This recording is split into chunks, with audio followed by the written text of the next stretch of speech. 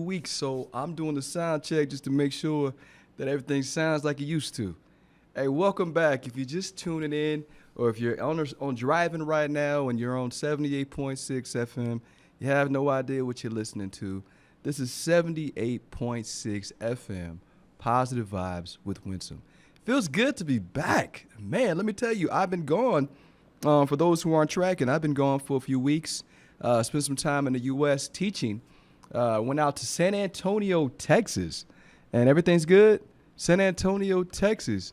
And I was out there from probably about a week and a half trying to get this last class set up, and it was a really good time. I want to tell you what I learned. I learned that when you care about what you're teaching and when you care about the information, it comes out so naturally, and people respond to it because you're genuine. And I noticed, I'm listening to different speakers and I'm watching different things throughout the week. I went to a couple of different engagements, and the energy is different when the person is just reading off slides or when a person is really just probably rehearsing from memory versus really feeling what they're talking about. And one of the folks in the audience mentioned last week, he was like, it's the energy. And I always ask for feedback from people that I know, that I trust, that I've seen in the audience before. And I said, how was the flow? If you've ever heard me speak or been to an event, you'll probably hear me ask you, if I see you and I recognize you, I'll be like, how was the flow? And all I'm asking is, did it flow? Did you feel it? Were you able to connect to the material? Are you going to be able to apply what I taught while we were together today? And that's the main question I ask is, how was the flow? And I want to talk about that today. The flow, what's been going on with me, what's happening next, what's been exciting, what's new, what's not so good, right? I just keep it 100. I'm really excited to have another 45 minutes to 50 minutes with you today. And it's really cool. I think jet lag, finally, if you guys don't know what jet lag is, when you travel to the United States or any other country and you come back, for a couple of days, your body's like, yo, what's happening? Right? So your sleep is probably still connected to the location you just left. And you get here and your time is all over the place. Your body's trying to adjust. Your mind's trying to adjust. And that took me a few days. I won't lie. I returned this past weekend. I think my sleep probably got back to normal around Wednesday, if not Thursday. And I was trying to sit there and think of what am I going to talk about this week? And I can share the journey, the experience, the time that I had in the United States. I do it every time I come back. But what else? And today I decided to talk about some of the things that I was teaching the audience. And it wasn't just me, and I won't take full credit for this trip by any means. I was there with a team. You know, the thumb ball behind me, Trainer's Warehouse. Thank you so much. And I gave them a shout out before I left, and it's always purposeful and intentful.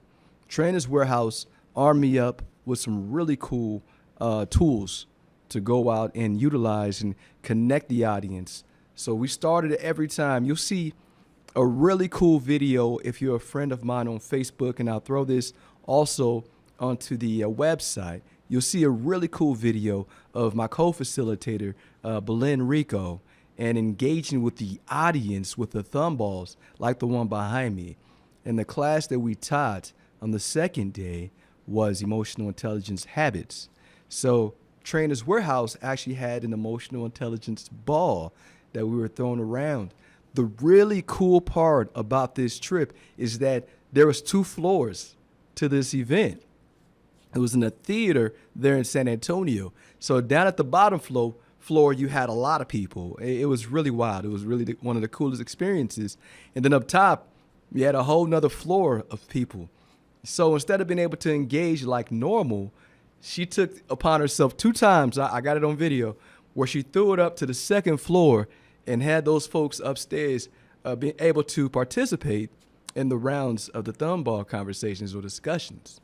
That was probably the coolest thing I've seen in a long time. And I do this is what we do. It was a lot of fun.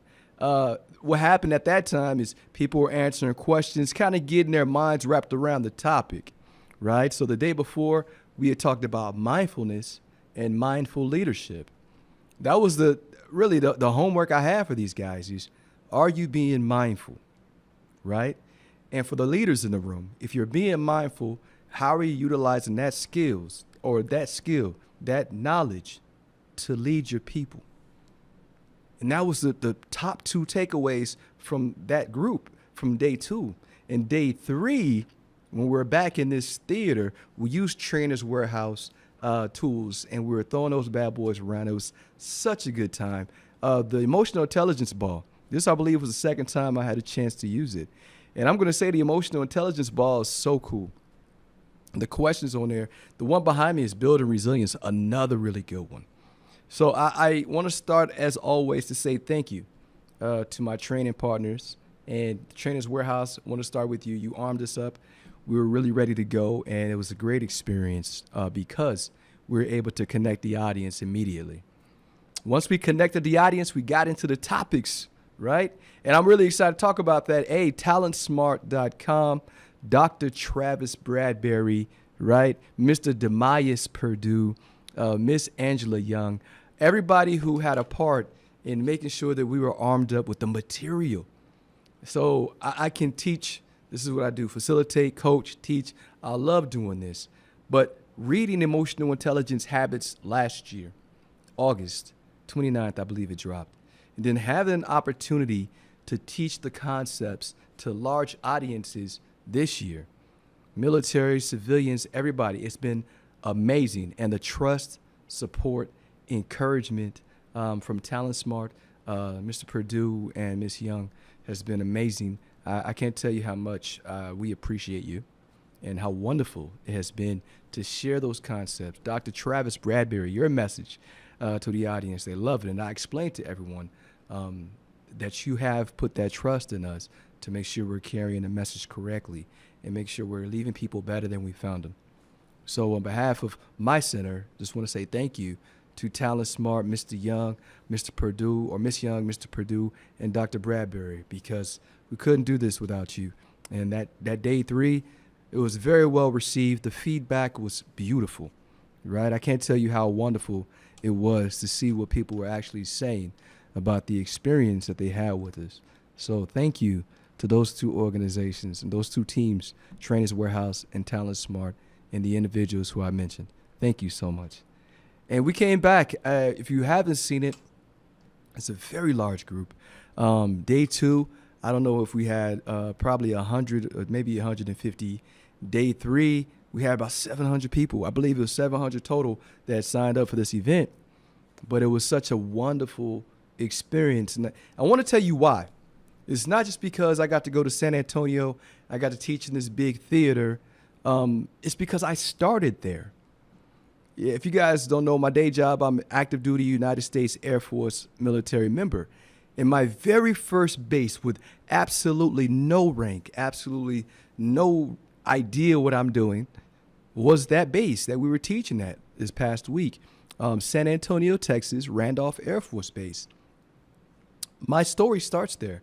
1998, a young man would not really sure what he wanted to do next. Wasn't really in love with college at the time. I just wanted to do something different.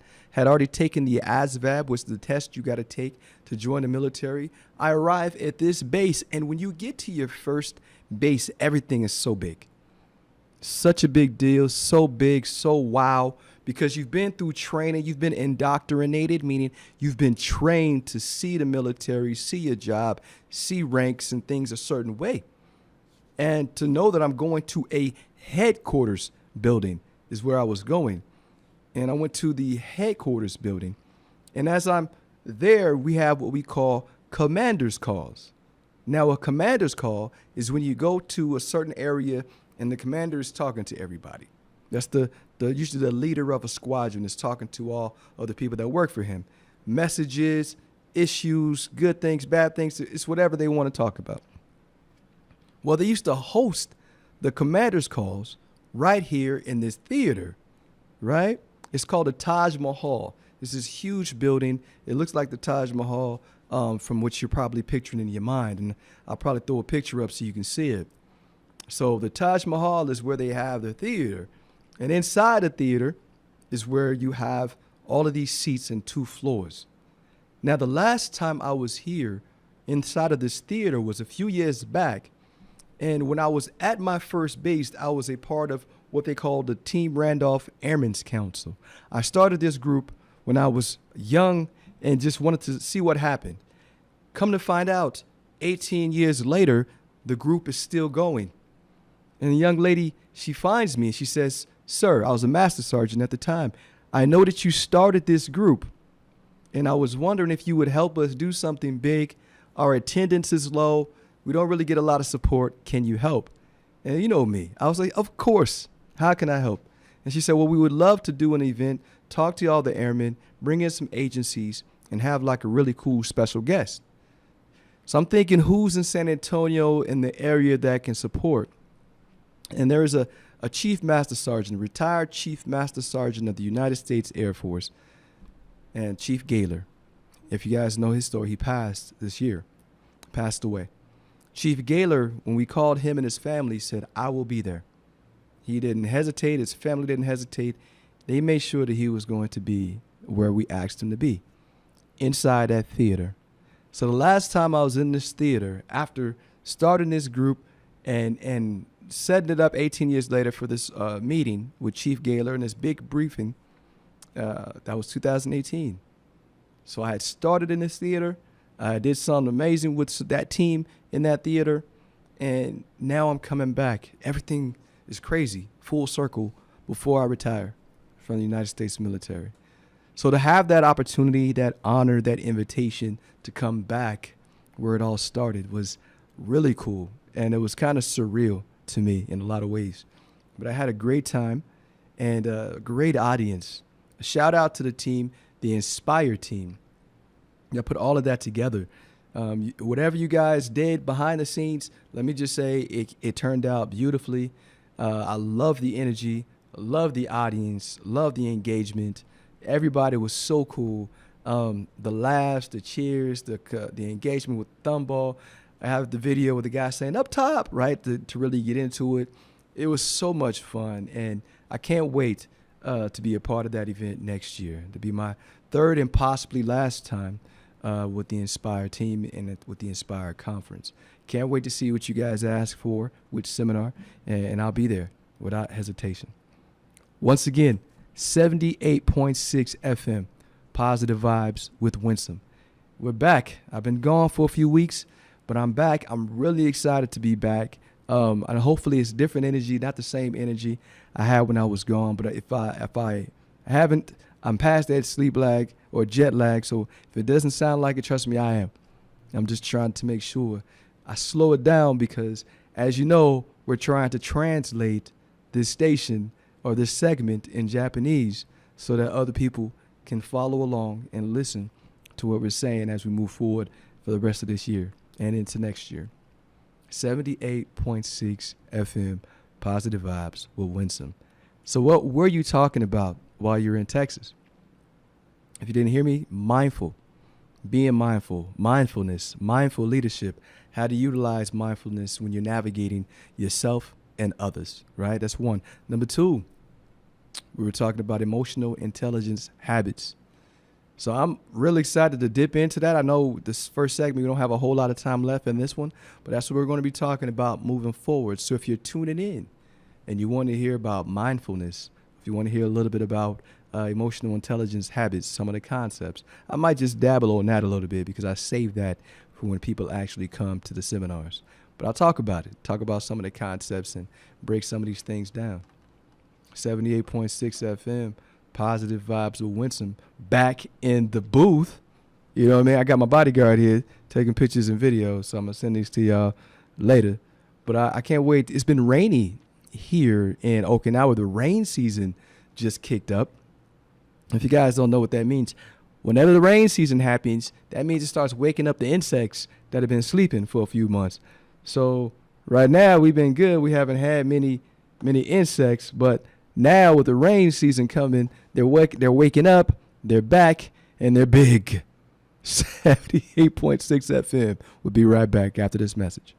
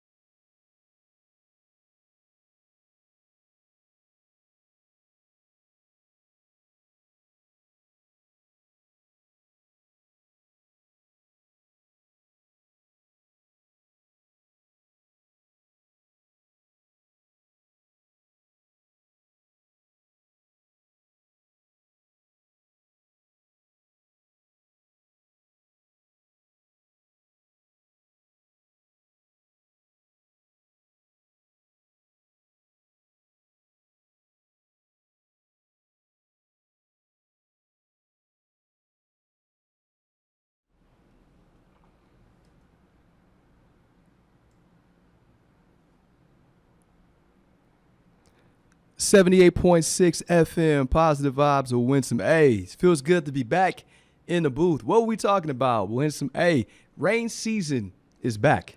All right, so if you have never been to Okinawa, or if you're just getting to Okinawa, this is the season when the rain it hits like nonstop, right? It could be a sunny day, and all of a sudden it just starts raining.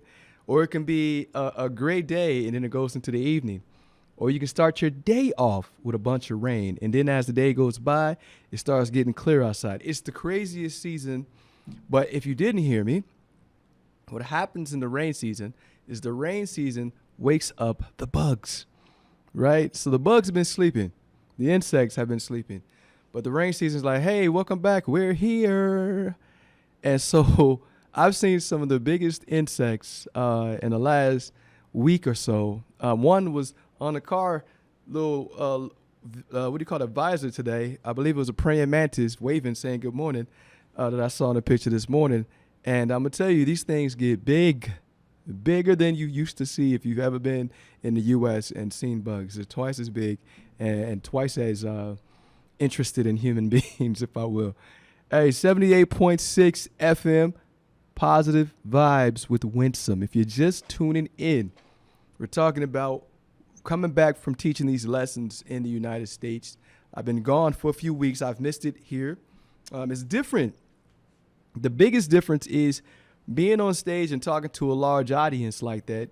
You know, they're feeding off your energy. You're feeding off their energy. So everybody's kind of just taking each other in. So you have a lot of responsibility to groups like that. And I'm going to say that again. I'm going to be 100% honest. You have a lot of responsibility to groups like that when it comes to facilitating, teaching, coaching, because your goal ultimately is you want someone to be able to apply what you taught them when they leave. So you want to engage as much as possible with people, connect them in all the different styles of connectivity when it comes to teaching styles, and make sure that they can walk away and say, hey, you know, I didn't just hear what he said, but I can apply what he just said, and this is how I can connect that to my life. If you can do that, if you can connect people to the lesson, you're winning as an instructor, as a facilitator, as a teacher. And I love doing that. That was just so amazing. The text messages after, people asking for the slides, send a text, how can I get to their base? It's just overwhelmingly cool to experience what we just did. And again, shout out to Belinda Rico, my teammate, for her energy, encouragement, trust, and her skill. I've watched my friend grow over the past year or so, and it's just amazing to see her in action and stuff that she's still learning and putting these things to work and to use. And the trust that she has for me as a teammate means the world to me. So shout out to you, Lil One, for going out there to Texas and representing our brand well. I can't say how more proud that I am, or how proud I am of you, if I will. You are just amazing, and I can't wait to see what you do next. And I wish you can go to the Chaplain Summit, which is next. If you guys didn't know, the next move is we're going to Herbert Field, Florida, right, to teach the Headquarters Air Force chaplains. And we'll be talking about emotional intelligence habits, and we'll also be talking about, I believe, we're doing EQ habits and resiliency 2.0, which is this ball behind me, right, with the lesson, of course, that goes along with that from the book, Happier No Matter What. So it won't just be me this time, even though it wasn't me this last time, it was Berlin, but I'll actually be teaching Resilience 2.0 and Happier No Matter What with the author, Dr. Tal Ben-Shahar. So he'll be also invited, he has been invited, has agreed to teach the first 30 minutes of this block. And then I'll take you into the activities and go over the concepts again. But I'm really excited to team up and collaborate with Dr. Tal and to represent that book, the concepts, so we can actually enhance the skills and the resilience of the chaplains. Imagine that. These folks, these men and women, are trained professional chaplains. They are there caregivers for others at their individual basis. I believe right now we have 60 confirmed. I believe it can go a lot higher than that, but we have all of these people that are going to be meeting up in Herbert Field, Florida, and we're caring for the caregivers. So Dr. Tao, the Happiness Studies Academy, I'm really excited about what's to come. I can't wait to collaborate for the first time, officially teach together, which is really exciting for me and exciting for the chaplains. We can't wait for next month. So I got a little time, got a few weeks to be here with you before I get back on that plane and head out to Herbert Field, Florida. I don't know if my sleep's going to be back after that, but I'm really excited to find out how that plays out. 78.6 FM, Yomatan. Positive vibes with Winsome. If you're driving and you're listening, you just tuned in. We're talking about what we were doing in the United States, what we have coming. The lessons that we're teaching is about mindfulness, or should I say mindfulness, right? And so when we're talking in the U.S., one of the coolest features that we have was a retired Navy SEAL commander, John McCaskill. And John McCaskill speaks on mindfulness. He's a mindfulness instructor now, a mindfulness teacher. And having the opportunity to share his message on mindfulness with this crowd really meant a lot. That was a really cool part of the event. But what we share and what we talk about when it comes to mindfulness is first and foremost being present, right? Being present and focusing on what's happening with you right now. And there's so many ways. We discuss so many ways to practice mindfulness, but ultimately formal mindfulness is being able to pause, stop. A lot of people meditate, right? You can do the formal meditation. You know, there's meditation exercises out the woo-ha on the internet for you to go ahead and check out if you want to practice that. But that's not easy for a lot of people. We practice it. We actually go through while we're teaching this lesson, and we do one meditation activity where people have to pause, stop what they're doing, close their eyes, breathe deeply, exhale deeply. And then I ask them, how did that feel? Ask them, how did that feel? And a lot of people say it was hard for me. It was hard for me to focus. It was hard for me to relax. It was hard for me to bring myself down. I had a young lady tell me this week in one of our sessions, we were counseling, and I won't say her name, of course, but she said, I just don't have time to stop. I don't have time for me. I got to move. Imagine that, trying to bring somebody back who knows nothing more than movement. And usually before this activity, I always use the quote, and it's the same way. That's how my teammate knows it's her cue. And I say, team, I know you can move, but can you be still? And what does that mean? That means every day of our lives, we are go. Doesn't matter what job you have. Every job requires a different level of go. But with everything that we do, we're required to move. The only time most of us stop or pause is when we're sleeping, right? From taking naps because you got to get some sleep for the next day. So where in and of itself do we build in time to breathe, time to pause, time to focus, time for gratitude, time to appreciate what you have, time to be present? You know, that's the thing. You guys know I value time. And that's one of the first things that we explain is you really have to build it in. And because it's difficult for a lot of people to practice mindfulness, it's difficult to teach it to people who can't relate to it. So that's why we put them through the activity. Hey, let's stop. And it walks them all the way through how to breathe deep, right? Even Commander McCaskill, when he's speaking, he talks about box breathing. In for 4, out for 4, etc. For us, we talk about breathe deep. Clear the clutter from your mind. Block out the noise. Be gentle because your mind is going to stray, especially if you're not used to pausing like this. Your mind's going to stray away from you, right? So these are the things that we talk about when it comes to formal mindfulness. And then we explain, you can practice mindfulness in everything you do. Imagine that. Being mindful in conversations when you're going for a walk. When I threw that slide up, I remember people's faces like, going for a walk. Yeah, because instead of just moving, you're focusing on the little things. how the ground feels beneath your feet, how the wind, if it's windy outside, feels against your skin, the sun, if it's shining, if there's stars outside, the glimmer. Pick one or pick them all. How are you looking at them? And are you able to appreciate them differently? Are you able to take in those moments?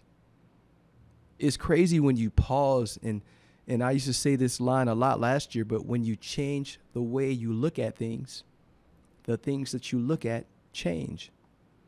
When you pause and you look at them purposefully and intently, differently. It's crazy. I can walk down to where I go after I leave the radio show, down into Gala or Zampa, and just look for something different that I didn't check for before.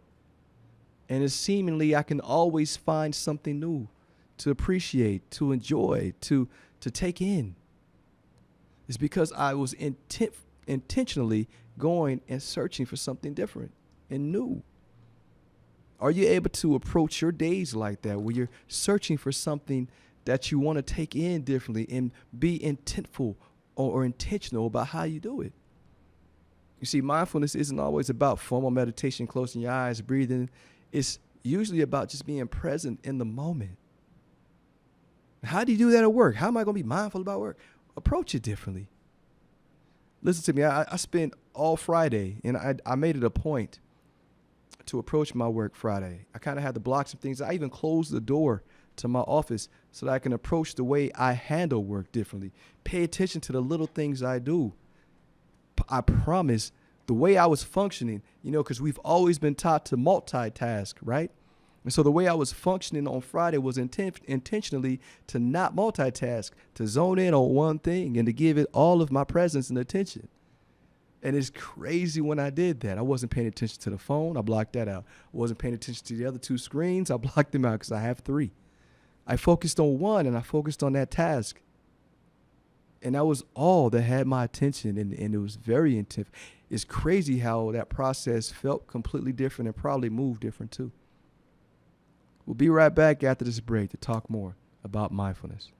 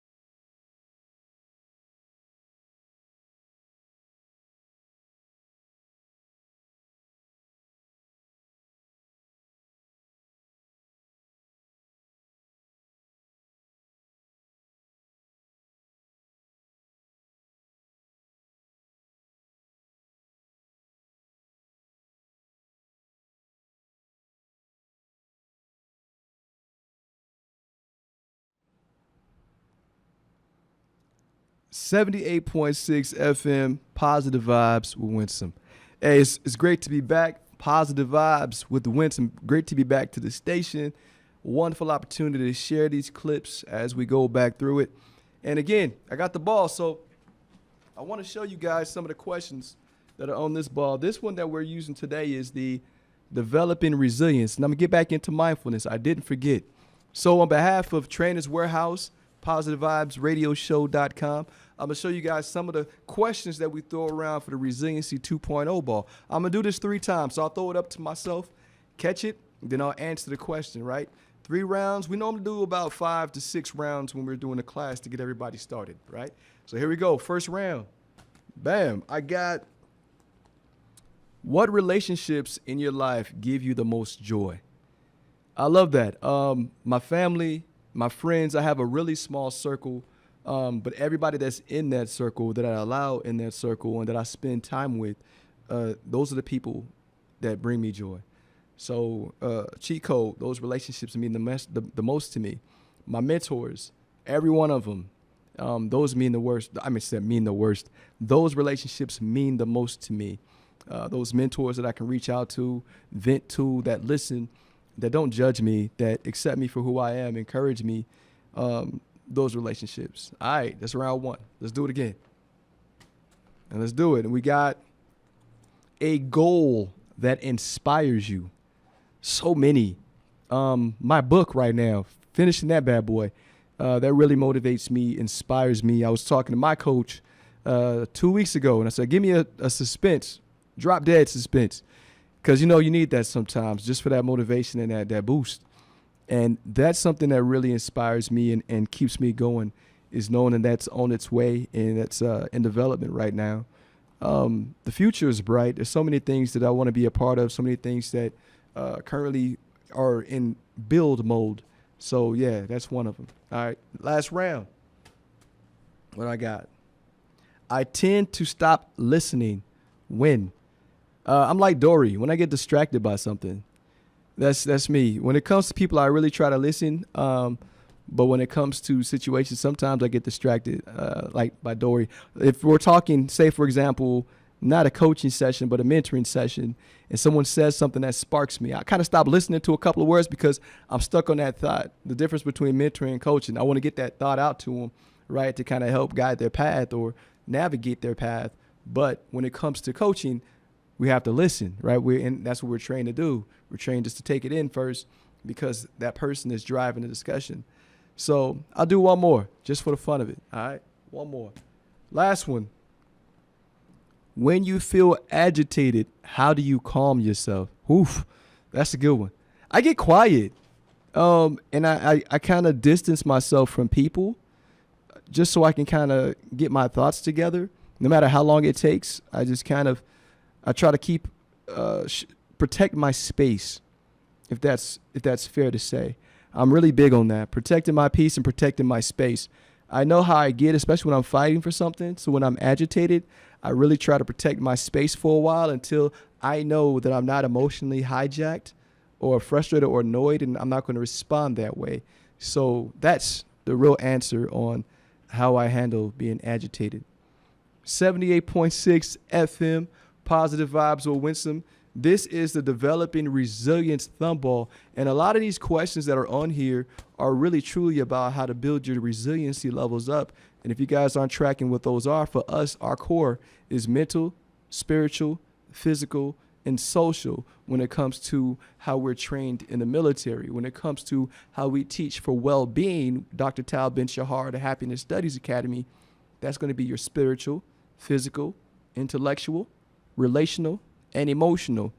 Those are the core elements of the SPIRE model, which, of course, intertwine with your happiness and your well-being.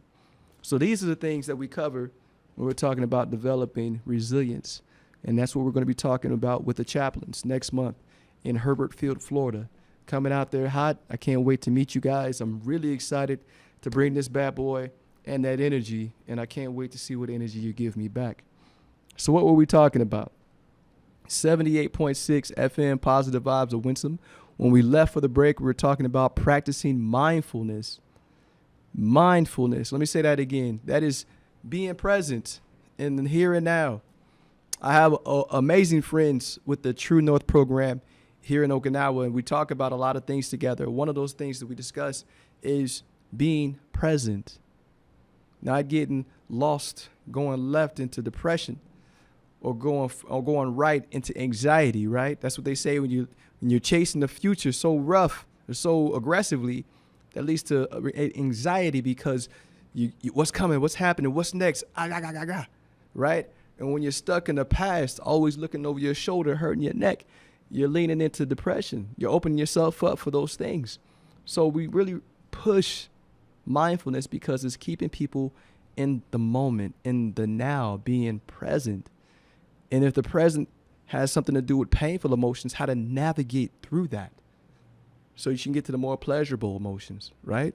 And I don't like people saying positive and negative because it's not always that. Some emotions are just more painful than others, while the other emotions are more pleasurable. And if you guys have ever been to my classes, I always show the wheel of emotions, which covers like 115 different emotions that people don't even know how to put a name to. Hence why we teach emotional intelligence as well. Some crazy data, crazy stats, crazy information, but being able to tie all of this together in the lessons and bringing it back for mindfulness, why it's important. Because self-awareness is a really huge thing in EQ. So I love how these lessons tie themselves together, being self-aware, being present in the here and now. There's people that are in some of the most crazy areas of the world. And there's a lot of people that have what we presume to be nothing, but for them, they have everything, right? I was watching a video today where a guy was talking about if you don't have money and if you don't have muscles, you have nothing. And then there's another gentleman who's like, no, because I have family and I have peace. I have everything. And so the perspectives, right, were so wild and completely opposite, but it was incredible to watch that play out. And it's kind of the thing I try to tell people when I'm at these classes is you got to be comfortable with who you are. You got to put yourself in a safe space to receive that feedback, not just from the world, but from yourself. And what do you do with it? And are you mindful about not only how you feel? Are you mindful about who you are? Are you mindful about what other people see of you? Dealing again into that EQ with self-awareness and then relationship management. Are you mindful about your level of communication? Are you mindful about how you treat people? Are you mindful about those relationships that you have and how you engage with those people? Because listening is part of an informal form of mindfulness, which a lot of people didn't know that. Another thing that's really important and I was really adamant about pushing was disconnecting to reconnect. And I always tell this story. Everyone who's ever listened to my show knows that I love going to the Zampa Lighthouse. And the reason for that is because when I'm up there, I can disconnect from the world for a while and just really take in everything that's going on around me. And in that place, in that time, and in that space, what's going on is nature, right? There's no electronics happening unless I got something playing in my music, but I'm feeling and I'm taking in nature, the views, the sounds, the feels. I'm just being mindful about that time. And I know my body and my mind and my spirit knows that time is important because I'm blocking out all the noise, the past, what's been going on during that week, what's been going on for the last couple of days, whatever it is, what's going to happen after I leave. No. I'm in that place, I'm present, and I've blocked it all out. There's very few times that I go up there with a different intention. Sometimes I go up there, let me clear and sort through some thoughts, right? Because again, I'm able to block out the noise and go up there and be intentional about sorting through something. And I've had to do that within the last couple of months, literally within the last month and a half, because I was carrying weight down here in the world that I didn't want to take up there and I didn't want to leave. So it was like coming down those 99 steps. I was able to take bricks out of my backpack every step. And I sorted through those thoughts while I was up there and coming back downstairs. I felt new.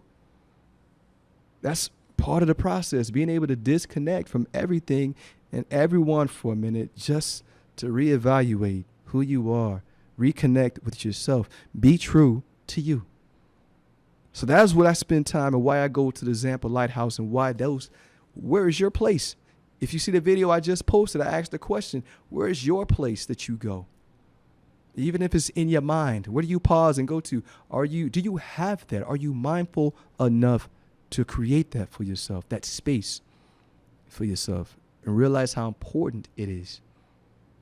And then the last piece of informal that we teach to that audience is being able to savor. And that's one of my favorites. And I really took that to heart when Dr. Tao put that in his book, because I really didn't do that for a long time. I stopped appreciating what I had. I stopped savoring moments. I stopped savoring situations and people and conversations. And it's like this if you can't connect with what I'm saying right now. If you are a parent and your kid comes home from school and your kid's telling you about their day in school, but because you're a parent, you're 40, 30, even in your 20s, you haven't been in elementary school in a long time. And since the time that we were in elementary school, things have changed. So when your kid comes in telling stories about their day in school, it's kind of hard to connect. But are you listening? Remember, we talked about listening differently. Are you taking those little bits and pieces that your baby's trying to tell you, and are you engaging in conversations? My favorite example is when the daughter comes in and she's saying, "Mom, let me tell you what Susan did." You don't know who Susan is, right? But while she's telling you the story, you're listening as if you do. And you're trying to take in the information so that you can have a conversation and meet that baby where she's at. And then a few days later, you can ask, "Girl, what happened with Susan?" Right? Because you listen differently. You savored that time that the child was giving you.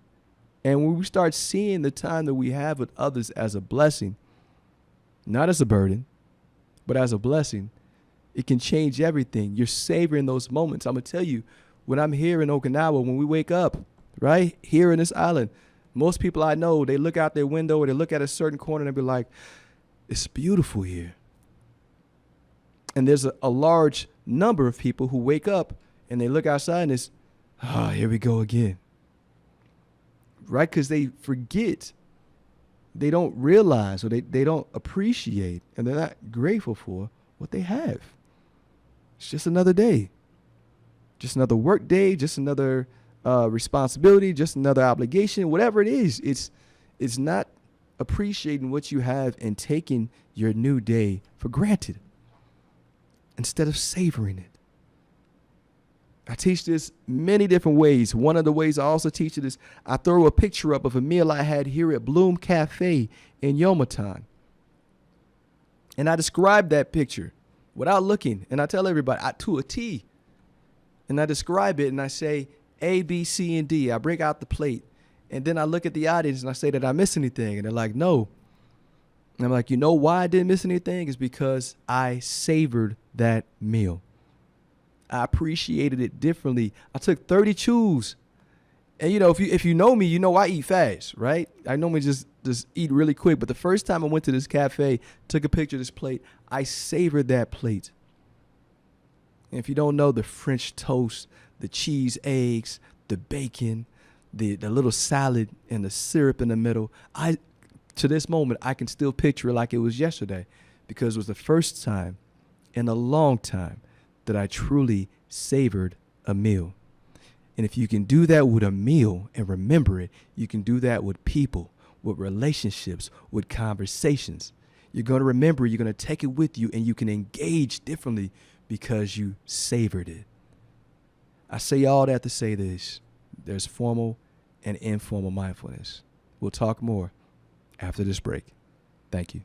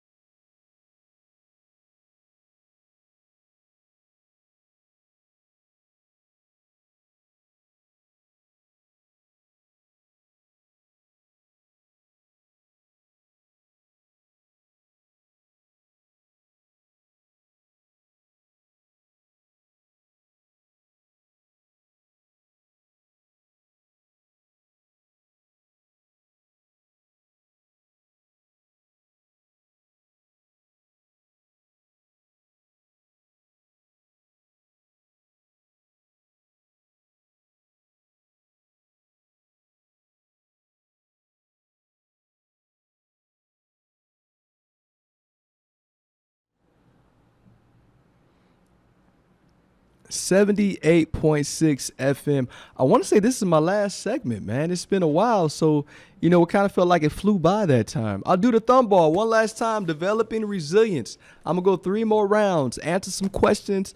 If you guys didn't know, this is the Developing Resilience thumb ball from Trainer's Warehouse.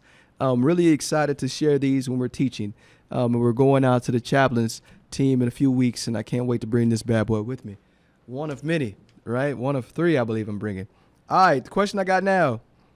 Where would you put yourself on the optimism-pessimism spectrum? I try to be optimistic. There are some situations that cause me to be pessimistic for even a short period of time, but usually even in those situations, I try to find the positive in the negative. That's one of my qualities of who I try to be as an individual, trying to find the positive in the negative. But I'm human. Right. So I say I lean more towards the optimism. I try to be optimistic. I try to see the possibilities, even when other people see detriment or danger or problems or issues or hurdles. I'm always trying to see how can we get to the other side of that. All right. Next question. Bam. I already got that one. When you feel agitated, what do you do? Next one is, what new relationships do you seek? New relationships, I think I'm really trying to find mentors on the other side of what I'm doing now.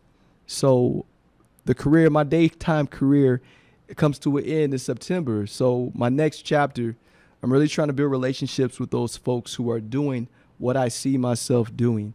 Of course, I have a few now, and they're near and dear to me. I'm really blessed to have those connections. But I think those relationships, seeking mentors that are doing those things is really my goal right now. All right, last one. What is this one? What situations most test your patience? Woo, that's a good one. Situations I think that most test my patience are consistently inconsistent people. And those are the people that, they start off real positive, friendly, and then on a Wednesday, they're negative and not kind. Those people really test my patience. I usually end up saying something to them to that effect, like, hey, check yourself. But consistently inconsistent people. If I'm purposeful of not being inconsistent, then I have that same expectation in others. Just be you and don't switch up, right? So I'm not saying anybody is bound to be who they were yesterday. I get it. I was in a good mood yesterday. I'm in a bad mood today. My thing is, don't take it out on other people. That tests my patience. Other things are really focusing in on things that are within my control and not giving energy to the things that are not within my control. That tests my patience when I'm trying to control things that aren't mine to control. So honest answer, right? We're going to go one more round. What we got? How can I validate others when they're speaking? I teach this and I try to practice this as much as possible, but just with empathetic listening. Not active listening, that listening to respond and pick your spots. Mine is empathetic listening, trying to meet someone where they're at in that conversation and trying to feel what they're feeling. Not necessarily in a sympathetic way, but in an empathetic way, just to connect to them so they know that I'm not just listening, but I'm trying to share their experience with them so I can be supportive of them. I think that's one way to validate someone's feelings when listening. All right, moving forward. So we're talking about mindfulness techniques, way to be mindful. This is a developing resiliency thumb ball. It's been an amazing journey. I think the 3 classes that I've been teaching the most are emotional intelligence habits, and resilience 2.0. It's been a blessing to really launch those over the past year and having opportunities, not just with the companies, but with units and agencies and audiences inviting me out and my team to teach these things. It's amazing to experience, to see it. Again, I would be remiss not to say thank you to my training partners, collaborators, speaking motivators, people who have contributed videos and messages to these lessons. My co-facilitator, Belen Rico, who's been amazing, an awesome source of support, even during a break, catching the message. it's just really inspirational. And it keeps me encouraged to know that this is a family event, and everything that's going on right now is really changing lives, and in some aspects, hopefully saving lives for the people who couldn't see past today. Right. And I share that story. I had an opportunity to go to the dental squadron on Kadena Air Base last week and share emotional intelligence. And I think what a lot of people are expecting me to come in with is some slides and some quick tips. But when you start throwing stories in there and connecting those topics and concepts to real life game changing events, I think you start seeing people kind of sit up in their chairs a little bit. They start engaging with the information differently because they realize this isn't just a lesson we're teaching. This is something we're trying to change environments, thought processes, and trying to help change cultures. Because imagine having a team that's an emotionally intelligent team. Not only are you taking care of who you are as an individual, but you're helping others navigate through things. And when you approach work differently, you approach each other differently, you approach missions differently, it changes everything. Because walking in and walking out the door, it's not just about you, it's about the team. So yes, it's very exciting to teach these things and to experience these lessons with people and to go through these experiences and watch cultures change, watch units thrive. The group that we just left last week, I wish and hope nothing for the best for you over this next year until I see you again. I think I missed out a lot of the lessons. They were talking about how your programs are changing, growing, and developing and what's coming. But I can tell you that I saw your eyes and your reactions with the lessons that I delivered. And I really appreciated the engagement. I can't tell you how much I took away as well from the responses from a lot of people of some of the things. They're very open and honest and vulnerable. It's just been amazing to see how people really want to connect and share their experiences. One lady upstairs, one of the questions was something along the lines of, what's your biggest project for the rest of this year? And her answer was me. She said, me, I am my biggest project for the rest of this year. And that was such a beautiful answer. Like, I loved it. My teammate, she had another answer that came that really threw her off. I won't tell you about that one, but I will tell you her response was priceless because she just had the biggest smile on her face. And then the person who was responding or answering the question from the thumb ball was really excited to give that answer. And it was really just, where you pull your faith from and what strengthens you. And it gave my teammate just the biggest smile. And I know that we're connecting with the audience, but I think a lot of people think we come out to these places and we're trying to just pour into them. That's our only goal. What they don't realize is we're eating and feeding off of their energy too. And those stories and those responses, that changes us as well. It gives us fuel to keep going. So I just want to say thank you to everyone who has allowed us to be a part of their journey, who's trusted us and trusted me and listened to this station to help them grow. I appreciate you, and I'm so grateful. There's no words that can express how grateful I am. This is 78.6 FM, Positive Vibes of Winsome. Can't tell you what we're going to talk about next week because you guys know this stuff is not scripted. Today we talked about mindfulness, and I just want to pull that back from the experience I just had, the trip I just made, and I just want to share that with you because the responses I got out there were so wonderful, allowing people to connect with something that they really probably hadn't thought about. And if you want a good reference point, it's Happier No Matter What from Dr. Tal Ben Shahar is where a lot of these concepts that have got me going over the past year came from. And so if I haven't told you in a while, if you haven't heard it from me, you are loved, and there's absolutely nothing you can do about it.